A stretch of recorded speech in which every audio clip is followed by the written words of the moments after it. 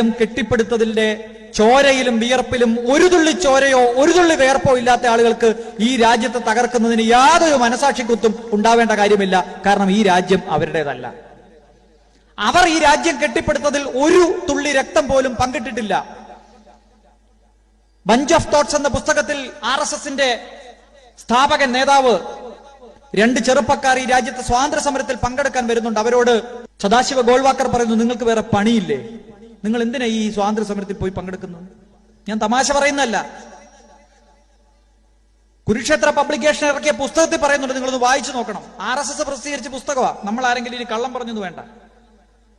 സ്വാതന്ത്ര്യ സമരത്തിൽ പങ്കെടുക്കാൻ കുടുംബത്തിലെ എല്ലാ ഉത്തരവാദിത്വങ്ങളും നിർവഹിച്ചു വന്ന 2 ചെറുപ്പക്കാരോട് RSSന്റെ സ്ഥാപകൻ പറയാണ്, നിങ്ങൾ വേറെ വല്ല പണിയുണ്ടെങ്കിൽ നോക്ക്, കുടുംബത്ത് പോയിരിക്കെ. അപ്പൊ അവര് പറഞ്ഞു, ഞങ്ങൾ 2 വർഷത്തേക്ക് കുടുംബത്തേക്ക് വേണ്ട എല്ലാ കാര്യങ്ങളും ചെയ്തു വെച്ചിട്ടാണ് സ്വാതന്ത്ര്യ സമരത്തിൽ പങ്കെടുക്കാൻ വരുന്നത്. അത് ശരി, നിങ്ങൾക്ക് 2 വർഷത്തേക്ക് വീട്ടിലുള്ള എല്ലാ ഉത്തരവാദിത്വം കഴിഞ്ഞു. അങ്ങനെയാണെങ്കിൽ നിങ്ങൾ സംഘപരിവാറിന് വേണ്ടി പ്രവർത്തിക്കൂ. എന്തിനാ ബ്രിട്ടീഷുകാർക്കെതിരെ സമരം ചെയ്യുന്നത്? ബ്രിട്ടീഷുകാർ ഈ രാജ്യം ഭരിച്ചുകൊണ്ട് എന്താ കുഴപ്പം? ഈ രാജ്യസ്നേഹം നമ്മളെ പഠിപ്പിക്കുന്ന ആളുകളുടെ പുസ്തകമാണ്, അവരുടെ ആശയമാണ്.